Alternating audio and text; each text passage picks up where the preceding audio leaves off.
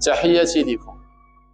راكم تشوفوا هذا السيد اللي راه في الصورة، هذا اسمه بلوكا محمد، هو دوريجين من ولاية غليزان دائرة مازونة، وبالمناسبة كان عايش في فرنسا في مدينة بيربينيون، وبالمناسبة أيضا كان يخدم الترونسبور، وقضى أكثر من 20 سنة في هذه المهنة.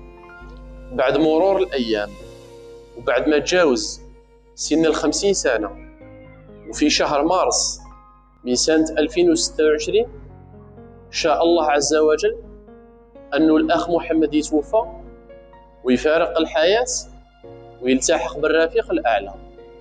لله ما أعطى ولله ما أخذ، وإنا لله وإنا إليه راجعون.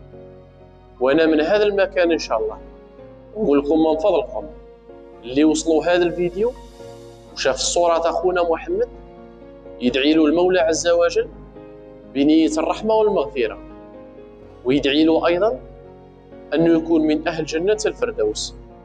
هذا راه أخوكم وراه ولد بلادكم. وعندي رسالة أيضا نوجهها لعائلة المتوفي، نقول لكم ربي يرحم فقيدكم، وربي ينور قبره، وربي يجدد عليه الرحمات، وربي يجعله من أهل جنة الفردوس، وربي يصبركم على فراقه. اللهم آمين. اللهم ارحم موتانا وموتى المسلمين، واغفر لموتانا وموتى المسلمين.